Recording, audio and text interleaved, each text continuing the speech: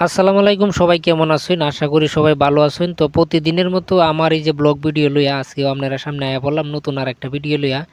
এখন এই জায়গায় আজকে একটু ভিন্নভাবে একটু আলোচনা করাম বিষয়টা, কারণ প্রতিদিন তো আর সব বিষয়ে মানে একভাবে আলোচনা করাটা ঠিক না। তো আজকে বিষয়টা আলোচনা করাম, যে বিষয়টা এই বিষয়টা হলো যে আমার একটা খালাতো ভাই বিদেশ আইব। তো আমার একটা খালাতো ভাই বিদেশ আইব, বালা কথা। প্রথমে তো সব কিছু জানোইনি যে নতুন নতুন সম্পর্ক হইলেও কিন্তু প্রথম অবস্থায় সম্পর্কটা একটু বালা থাকে, পরে যখন পুরান হয়ে যায় তখন কিন্তু আর এতটা বালা থাকে না।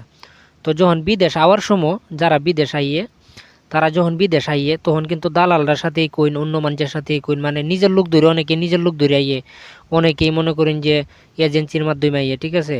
তো প্রথম অবস্থায় কিন্তু সম্পর্কটা একটা ভালো তাহে, সুন্দর তাহে। এরপরে দিয়ে মনে করেন যে বিদেশ যাওয়ার পরে দিয়ে তখন কিন্তু প্রথম যে বালা তাহে, সুন্দর তাহে, এরপরে দিয়ে কিন্তু এতটা সুন্দর তাহে না। তো আমার এক খালাতো ভাই বিদেশ আইব, টিহা লাগে 9 লাখ, সরকারি কোম্পানি।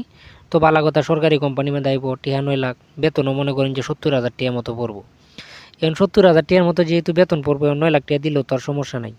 আর আরেকটা কথা মনে রাখবেন যে বিদেশ আইলে মনে করেন আপনি যদি 20 লাখ টিয়া দেওয়া আইন, তাইলে এই টিয়াটা তুলতে তুলতে কিন্তু আপনার 2 বছর লাগবো, ঠিক আছে। যদি আপনি 3 লাখ টিয়া দেওয়া আইন, তো যেমন টিহা এমন বেতন, তো এই টিয়াটা তুললেও কিন্তু আপনার প্রায় 2 বছরই লাগিয়ে যায়। তো এই জায়গায় মূল কথাটা হইতেছে যে তারপরে দিয়ে এই মানুষে কয় না যে কেতে রেলে কেত করলে বুঝুন যে কীরকম।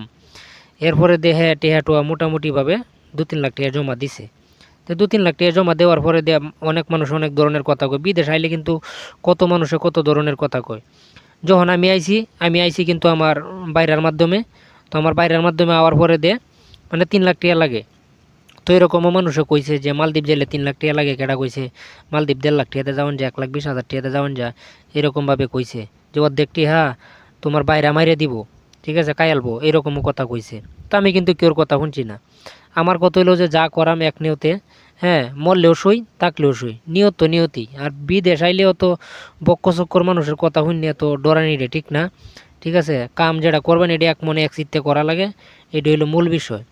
এই জায়গায় আরেকটা কথা হইতেছে যে এরপরে দিয়ে কী কইছে, মানে টিয়া 3 লাখ টিয়া দেওয়ার পরে দিয়ে মানুষের বুদ্ধি টুদ্ধি লইয়া পরে কইতেছে, কয় যে আমি এই বিদেশ যাই, আমি ঠিক আছে, তো একটা কাম করুন যে যেটাই করুন না করুন, কারণ আপনি তো জানেন আমরা ফ্যামিলির বিষয়ে আমরার মাঝে কিন্তু কোনো কুলি নাই।